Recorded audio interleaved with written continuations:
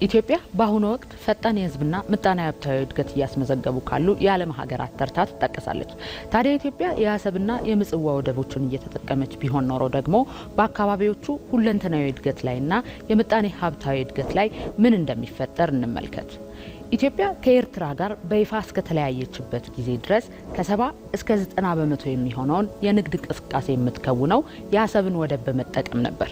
ታዲያ ኢትዮጵያ ይህንን ወደብ እስካሁን ብትጠቀምበት ኖሮ የኢትዮጵያ የገቢና የወጪ ንግድ በከፍተኛ ሁኔታ በማደጉ ምክንያት የአሰብ ወደብ አሁን ካለው በእጥፍ የመስፋት እድል ይኖረው ነበር። የመሰረተ ልማትና የባቡር መንገድ ዝርጋታዎችም እዚህ ጋር ከግምት ውስጥ መግባት ይኖርባቸዋል።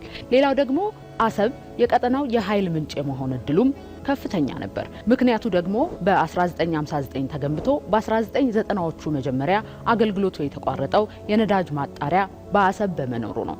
ይህ ብቻውን በቢሊዮን ዶላሮች የሚገመት ገቢን እንደሚያስገኝ ልብ ማለት ያስፈልጋል። ይህም ብቻ አይደለም። የጣሊያንና የአረቡ ዓለም የኪነ ህንፃ ውጤት የሚገለጽባትና ታሪካዊነትን የተለበሰችው ምጽዋ በቀላሉ የቱሪስትን ቀልብ መሳብ የምትችል ከተማ ናት።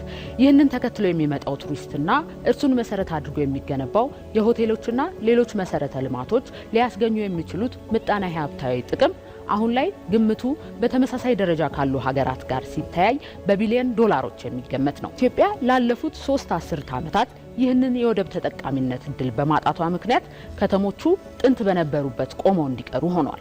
ኢትዮጵያም በመቶ ቢሊዮኖች የሚቆጠሩ ዶላሮችን እንድታጣ ተደርጋለች። አሁን ደግሞ ይህንን ጉዳይ በንጽጽር እንመልከተው። ኢትዮጵያ ወደብ ካላቸውና የእድገት ደረጃቸው ተመሳሳይ ከሆኑ እንደ ኬንያና ታንዛኒያ ጋር ስናወዳድራት ወደብ አልባ መሆኗ ምን እንዳሳጣት እንመለከታለን። በኬንያ የሰማያዊ ኢኮኖሚ ወይም ውሃን መሰረት አድርጎ የሚገኘው አመታዊ ገቢ ከ2.2 እስከ 2.7 ቢሊዮን ዶላር ይገመታል። ይህ ማለት የሀገሪቱ ጂዲፒ ወይም ጠቅላላ ሀገራዊ ምርት ከ2 እስከ 4 በመቶ የሚሆነውን የሚገኘው ከወደብ ገቢ ነው ማለት ነው። የታንዛኒያን ስንመለከት ደግሞ ታንዛኒያ በአመት ከሰማያዊ ኢኮኖሚ እስከ 7 ቢሊዮን ዶላር የሚገመት ገቢን ታገኛለች።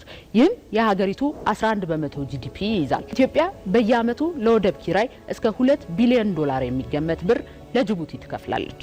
በሌላ በኩል ደግሞ ወደብ አካባቢ ስለሚገኙ የከተሞች እንቅስቃሴ እንመልከት። በኬንያ ሞምባሳ፣ በታንዛኒያ ደግሞ የዛንዚባር የባህር ዳርቻዎች በአብዛኛው ቱሪስቶች ዘንድ ተመራጭ ቦታዎች ናቸው። በእነዚህ አካባቢዎች በየአመቱ ከ500 ሺህ እስከ 800 ሺህ የሚገመቱ ቱሪስቶች የባህር ዳርቻውን ውበት ለማየት ወደ የቦታዎቹ ይጎርፋሉ።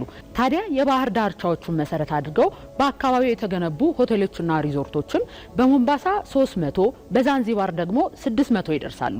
ይህ የቱሪስት ፍሰት ሀገሪቱ በውሃ ቱሪዝም ብቻ በየአመቱ ከ1.5 ቢሊዮን ዶላር በላይ እንዲያገኙ አስችሏቸዋል።